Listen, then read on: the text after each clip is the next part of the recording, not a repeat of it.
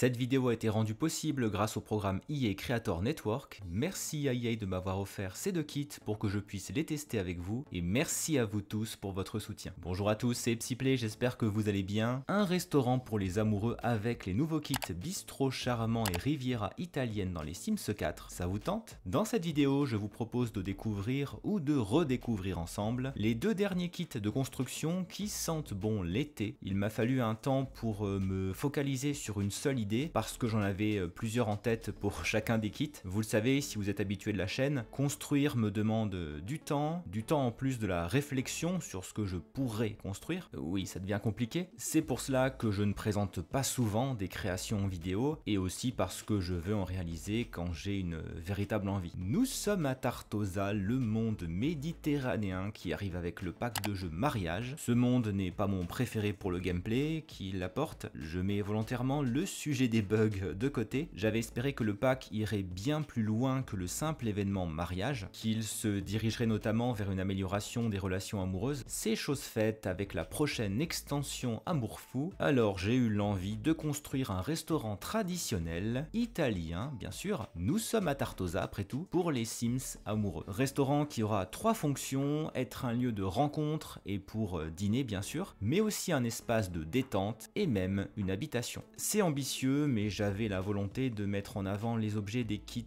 Bistro Charmant et Riviera Italienne, de les associer tous les deux, mais aussi avec d'autres packs. À mon avis, l'intérêt des kits et des nouveaux packs, c'est de pouvoir enrichir le contenu existant, donc ici les deux kits, les packs de jeux mariage et au restaurant, ainsi que le jeu de base bien évidemment. J'ai opté pour ce terrain au bord de la corniche parce que je trouve cette vue sur la mer bleue tout simplement sublime. J'aurais préféré un terrain en centre-ville, mais ce n'est pas possible sur cette map malheureusement. Cette maison de vacances a été inspirante, je dois dire, dans sa forme générale, typique des maisons méditerranéennes, et j'ai apprécié la décoration intérieure. Allez, on le découvre, ce resto italien assez chic il faut dire. Si cette vidéo vous plaît, n'hésitez pas à vous abonner, mais aussi à mettre un like et écrire un commentaire pour soutenir la chaîne. Concrètement, cela permet à YouTube de comprendre que vous aimez la vidéo, donc elle est proposée à plus de monde. Vous savez que j'adore vous lire et discuter en commentaire. Le voici. J'ai été bavard en intro comme d'habitude, mais vous savez que j'aime échanger avec vous sur le pourquoi du comment. Vous avez l'habitude à force, j'espère. La forme générale ressemble à la bâtisse préexistante. Les fenêtres de l'étage viennent du pack mariage. Je l'ai utilisé par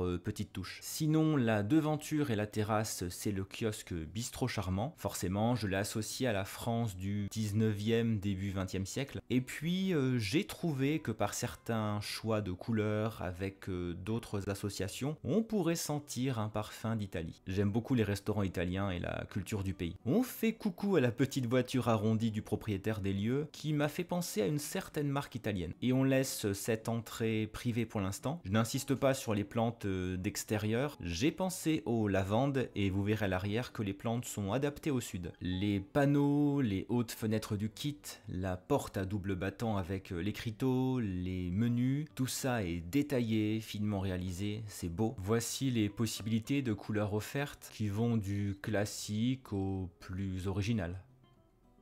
Attablé ici en amoureux avec une bonne bouteille de nectar pour les amateurs, une assiette de pâtes ou une pizza sur la nappe à carreaux, on se croirait en Italie. Non, mon choix s'est porté sur le vert et le rouge comme couleur dominante pour rappeler le drapeau italien justement. Jusqu'à la fin, j'ai gardé un sol de couleur rouge comme ça. Et puis j'ai trouvé que c'était trop, donc j'ai changé pour ce marron allié au jaune et au blanc. Alors, petite astuce que j'ai découverte en construisant, le auvent agréable soirée est grossi une fois avec la touche accent circonflexe. Je ne sais pas si les développeurs l'avaient prévu, mais il n'est même pas pixelisé, c'est super. Il est très court dans sa forme initiale. Ah oui, je voulais vous dire un mot de cette jardinière caractère du jeu de base que j'ai toujours voulu placer quelque part alors que je la trouvais assez moche et pas terrible. La voilà et elle est plutôt pas mal. Vous pouvez la complimenter, elle adore ça comme toutes les jardinières. Et je n'ai même pas parlé du revêtement pavé Riviera que je trouve bien fait une fois encore avec son effet de volume par les pierres apparentes qui me font penser à l'Italie. Parmi les couleurs, il y a du jaune beige,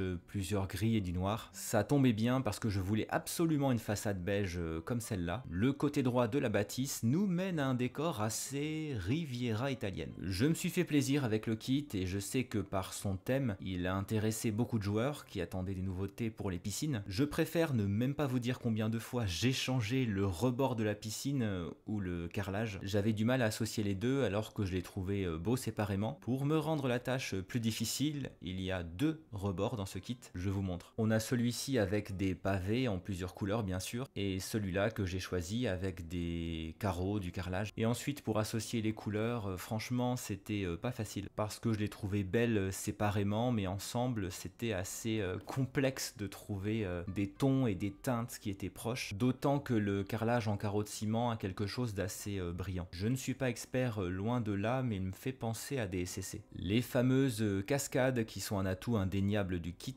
Combien de fois en avons-nous créé nous-mêmes avec des rochers du débogage et des jets d'eau? J'ai réussi à placer les deux, la grande et la moyenne, et à les associer avec des rochers grâce au code bb.moveobjects. Dites-moi si vous trouvez l'ensemble naturel. J'ai essayé de tout faire pour en tout cas. Regardez cette vue de rêve sur le phare et sur la mer. Il faudrait se mettre debout sur le lit gonflable pour voir, et alors là, plouf, dans l'eau. Sous l'eau, j'ai associé un carrelage bleu sur les parois et un jaune au fond. Je ne vous dis pas combien de fois j'ai changé d'avis et je suis revenu en arrière. Les lampes, éclairage de piscine embellie, sont esthétiques mais elles n'éclairent pas fort. En même temps, c'est une piscine, pas une boîte de nuit disco. De ce côté-là, j'ai associé les objets attendus au bord d'une piscine, les transats qui proposaient une variété intéressante de couleurs, mais certaines étaient trop claires, trop brillantes pour un extérieur ensoleillé, je trouve. On retrouve les mêmes tons pour les autres meubles du kit. Le petit meuble range serviette, la table d'appoint avec le plateau à boisson, la très belle plante en pot essence de bergamote, c'est un citronnier a priori. Je m'étonne moi-même d'avoir pris un carrelage du jeu de base alors qu'il y en a des très beaux dans le kit, mais je n'arrivais pas à trouver une harmonie des couleurs entre les meubles, le carrelage et le rebord de la piscine. C'est aussi pour ça que j'ai décidé de faire une visite des lieux avec vous et non une construction en direct, aussi parce que j'aurais trouvé absurde de revenir en arrière et de faire semblant de découvrir les objets alors que j'ai pris le temps de les tester de mon côté avant de vous proposer cette construction. Bref, ces 3 arches ont tout pour me séduire par leur inspiration antique et elles fonctionnent bien avec les rideaux dès lors qu'on active le code. Le hic, c'est qu'il n'y ait qu'une seule taille. Ce n'est pas forcément gênant pour cette hauteur de mur, mais j'en aurais voulu au moins 2. La table d'extérieur avec ses chaises assorties, dommage que le parasol soit imposé, sinon c'est pas mal. Encore une table par là, n'oublions pas que c'est un restaurant. Un restaurant avec piscine, c'est plutôt original et dans le bon sens, non? Et ici, je me suis fait tellement plaisir à réaliser ce coin particulier. La tonnelle est l'un des plus beaux objets du kit. Je vous laisse admirer ses couleurs métalliques avec du lierre, enroulé d'abord, puis des voilages. Bon, il prend un peu de place. Heureusement que j'avais prévu un coin terrasse plus large ici. La vue sur Porto Luminoso avec ses maisons multicolores et la plage, c'est parfait pour un repas en amoureux. Initialement, j'avais placé une grande table du jeu de base et puis je suis resté sur le jeu de base, mais j'ai pensé à un espace romantique ou alors too much, selon les appréciations, pour les rendez-vous amoureux. Même si vous ne possédez pas l'extension, vous pourrez venir ici pour un dîner les yeux dans les yeux. Le gigantesque bouquet vient du pack mariage, tout comme le seau spécial toast. Alors ce n'est pas la partie repas du toast dans le seau. J'ai mis le brasero ici, je trouvais que c'était approprié pour un dîner aux chandelles, ou au brasero du coup. L'ours en peluche, la rose, c'est adorable, non? Allez, qui veut venir dîner en amoureux? Je prends les réservations. Je vous montre ce petit espace qui forme une galerie avec la fontaine du kit, des casiers du jeu de base et de part et d'autre 2 vestiaires avec douche pour pouvoir accéder à la piscine et se rincer ensuite ou faire autre chose si vous êtes en rendez-vous.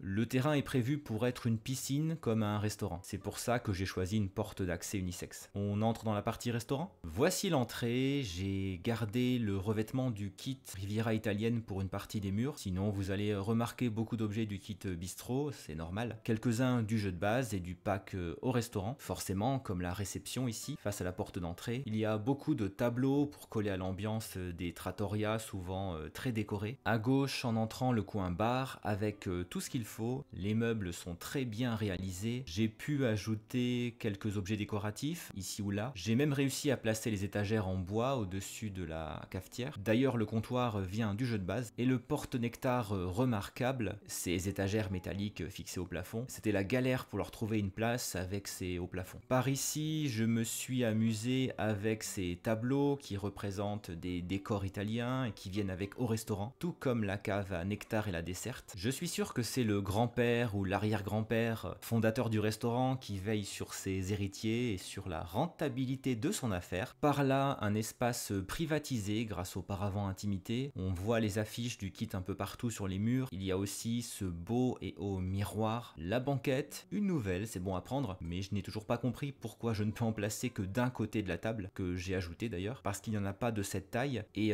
adapté à la banquette dans ce kit. C'est vraiment dommage pour le coup. Il est bien ce coin pour un repas d'affaires, loin des regards indiscrets. Comment ça, vous verriez parfaitement un certain Jacques V ou Nancy P attablés ici pour comploter avec des sbires patibulaires? Ça sera répété, déformé et amplifié. Attention. Et puis le coin salle qui peut accueillir pas moins de 8 clients. Le rouge et le vert se marient bien avec la couleur bois que l'on voit souvent dans les restaurants italiens typiques. Le passe-plat mène à la cuisine. Voici les fourneaux où travaille le chef. Il y a même de quoi vérifier les plats commandés sur le plateau en liège et son tablier est à disposition, toujours vert et rouge. Le reste de la cuisine avec des objets de décoration, des poêles, des casseroles, des couverts, corbeilles à fruits, des étagères pour ranger les ingrédients, sans oublier le lave-vaisselle. Le carrelage, c'est du jeu de base cette fois. J'allais oublier la double porte ouverte qui mène au vestiaire et aux toilettes, qui me font totalement penser aux cabinets dans les lieux chics en Italie, dans des musées ou certains restaurants. J'espère que vous avez aimé le restaurant parce que j'y ai mis toute mon âme, presque. On retourne devant l'accès de la partie habitation. Là, je fais une parenthèse. Nous ne pouvons pas disposer sur le même terrain un commerce et une habitation unique et fonctionnelle, si je peux le dire comme ça. Pas pour l'instant, mais j'ai bon espoir que cela évolue prochainement. En attendant, cela permet de jouer autrement avec les commerces. Il faut de l'imagination pour jouer et s'amuser à un jeu comme les Sims. Un couloir d'accès mène à l'étage. Pourquoi y a-t-il un coffre ici? Si je vous répondais, vous risqueriez de finir dans la piscine.